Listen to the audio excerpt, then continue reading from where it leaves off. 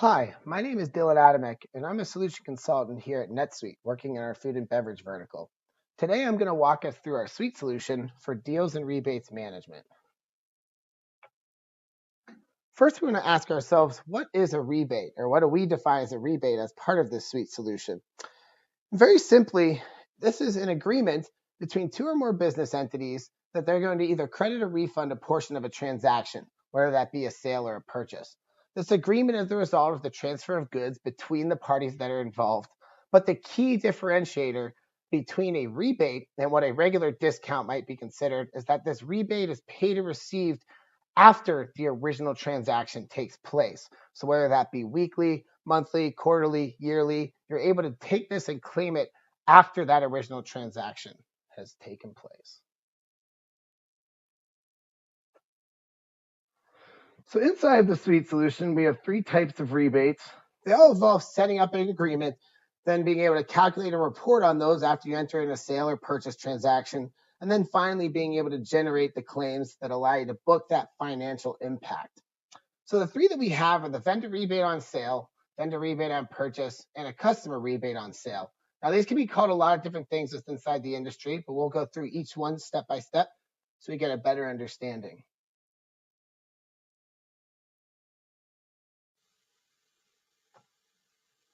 First, we're going to talk about the vendor rebate on sale.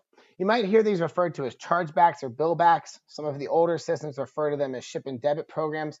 But at the end of the day, you have a special pricing agreement with your vendor that whenever you sell a certain item, you're going to be able to go back and receive a claim from them. So this process starts out with the sales order entry. So you can go through the fulfillment or invoice. Any one of these transactions give you the ability to calculate and update your estimated rebates. So as those accrue in the background, you then have the ability to go forth and claim them. From there, the vendor is going to go through, reconcile, and process the claim on their end, and eventually they are going to award you with a payment or a credit. The next is a vendor rebate on purchase. So this is where the vendor is giving you incentives to buy something. You may also use this in a price masking scenario, but this starts off with the purchase transaction. So you go through purchasing, fulfillment, AP, any one of these transactions can calculate and update those estimated rebates. From here, you're also going to claim the rebate back to them, and after they reconcile and claim that process, you will once again receive a payment or get a credit that you can then apply later on to your payables. And the last one is the customer rebate on sales.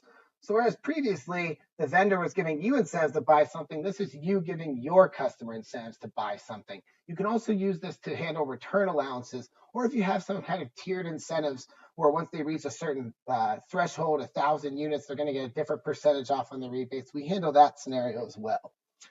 So this one starts off with the sales order process. So we can go through sales order, fulfillment, invoice, these transactions, calculate and update the rebates.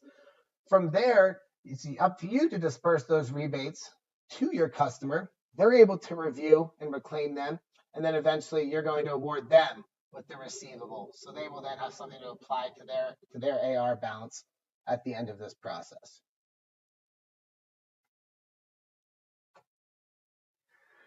So now we're going to hop in and do a quick demo. In this demo, we're going to look at the type of rebate of a vendor rebate on sale. We're going to review that rebate agreement. We're going to go in and look at the entry of a sales order. And then finally, we'll finish off by processing the claim. I'm now logged into NetSuite as the rebate manager. I start off by looking at my rebate management dashboard. It's a place where I can see everything that's pertinent to my role as the rebate manager, all easily accessible in one place. I see things such as reminders and KPIs. I can look at my current rebate agreements and any of the chargeback claims that come off of them. I have quick links available to me, and KPI meters looking at things such as last month's volume compared to this month's volume of rebates and chargebacks.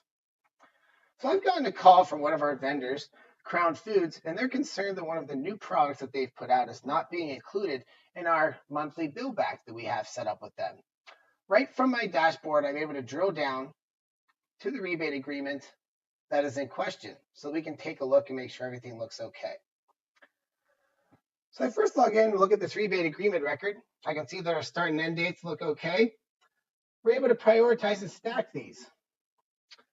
I assure them that the price pass-through is going to work correctly, where we pass on 50% of this rebate onto the customers. For us internally, we're able to specify how the accruing is going to work with these different income and receivable accounts. And then most importantly, down at the bottom, I'm going to see the eligibility of these rebates. So we can see that the eligible customers are going to be included in our concession classification, and the eligible item class is going to be Rex. So they put out a new item in the Rex line. Because we've added that item in as part of that classification, it should now be included in this agreement. I also make sure to point out to them that we have excluded one of their items, and this is going to be our chicken. And we'll take a look at that on the sales order. So now that we've gone through and ensured that the rebate agreement looks okay, I just want to double check with them. So we have a sales order out here. Sales order 663 with one of our concession customers. So you can see this customer is part of our concessions classification. And if I scroll down, I'm able to look at some of these items. So the item that was in question for them was the Rex Jumbo Franks, the pork variety, and they want to make sure that it is being included on the rebate. It's very easy here to see the total rebate amount, the rebate amount by item, and then also the transactions being created. So I know right away that this is being transacted upon or being accrued in the background. And if I look inside of here, I'm able to see all of the applicable rebates. Because we have two that are stackable and prioritized, there's actually two that apply here. But if one was a lower priority than the other, we would see they would automatically uncheck one of these. I'm also able to confirm that that 50% price pass-through is working as expected. So I assure them that everything worked out okay because of how dynamic our rebate agreement is, where we can just add something to a classification. We don't have to update the rebate agreement itself. It's pulling in and accruing properly.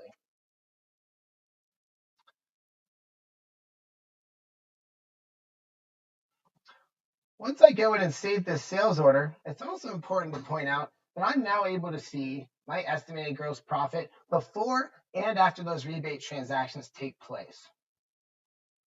So if I scroll down here and we look over, I can see what the original estimated gross profit would be on the left two columns here. And then on the right, what our gross profit looks like in amount and percentage after we've applied those rebates. So now I'm off the phone. We've assured them that everything's properly working. I want to go in and work internally and make sure everything works okay. The accrual process, which runs overnight, looks as if it's been working correctly.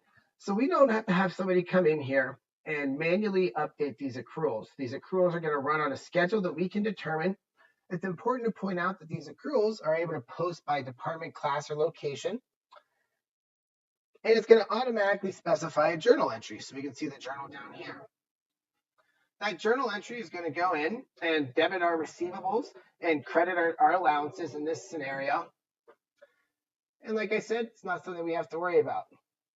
From here, it's now become to the end of the month, and it's time for us to generate a claim. So inside of here, this is our claim generation log.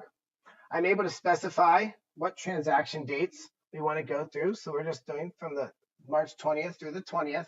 Once again, I have the ability to post this by department, class, and location. And whenever I go and generate this claim, we're going to eventually get a transaction.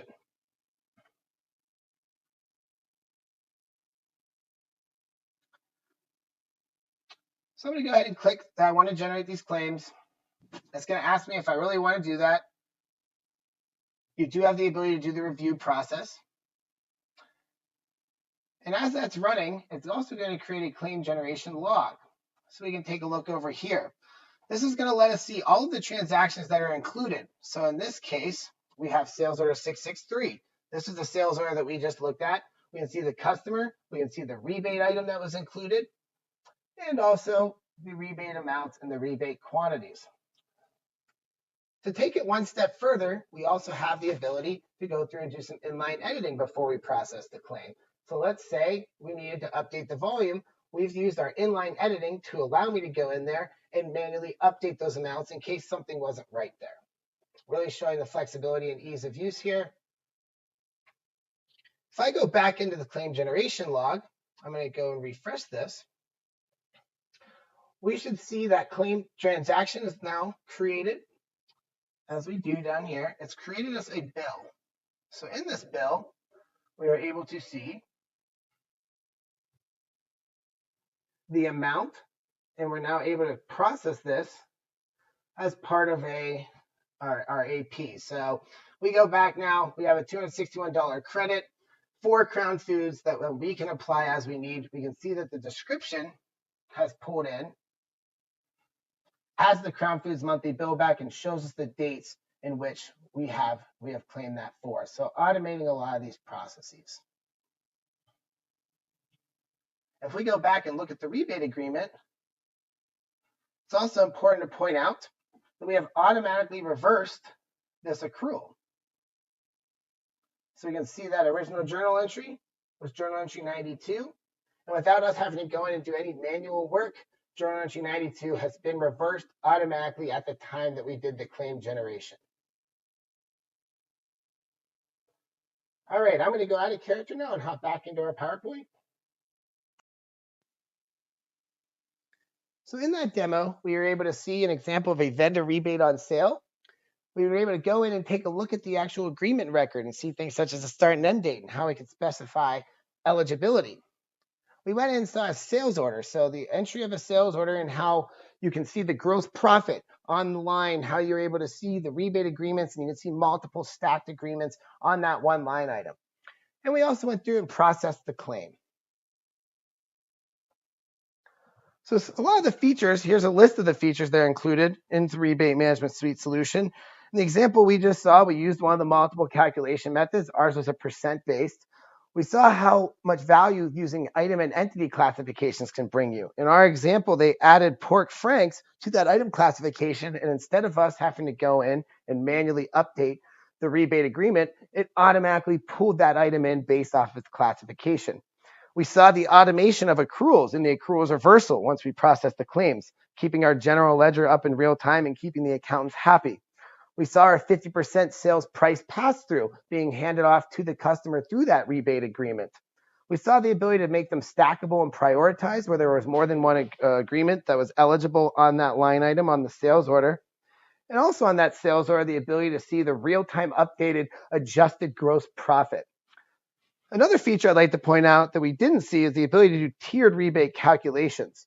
We have the ability to do these in marginal or linear fashion. So in marginal, it's going to say you get a certain percentage for the first 1,000, a different percentage for anything over 1,000, or linear. Whenever you hit a certain threshold, such as 1,000, then everything is going to be subject to the percentage on that rebate.